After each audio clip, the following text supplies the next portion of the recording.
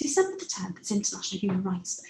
Human Rights Day commemorates the day that the General Assembly of the UN adopted and proclaimed the Universal Declaration of Human Rights. It is the most translated document around the globe, available in over 500 languages.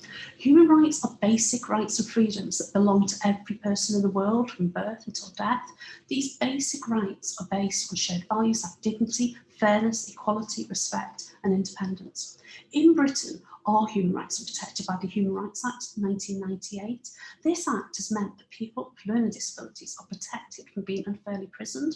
Trafficked children are treated as victims and not as criminals, and doctors cannot use do not resuscitate notices on patients without talking to them and their families first. Each year, Human Rights Day has a different theme. So last year, the focus was on young people and how you're never too young to make a difference in the world. In 2020, Human Rights Day is focusing on creating a fairer society for future generations, especially in light of coronavirus. The aims are end discrimination of any kind. So structural discrimination and racism have fueled the COVID-19 crisis. Equality and non-discrimination are core requirements for a post-COVID world. Address inequalities. So to recover from the crisis, we must address the inequality pandemic. For that, we need to promote and protect economic, social and cultural rights. We need a new social contract for a new era.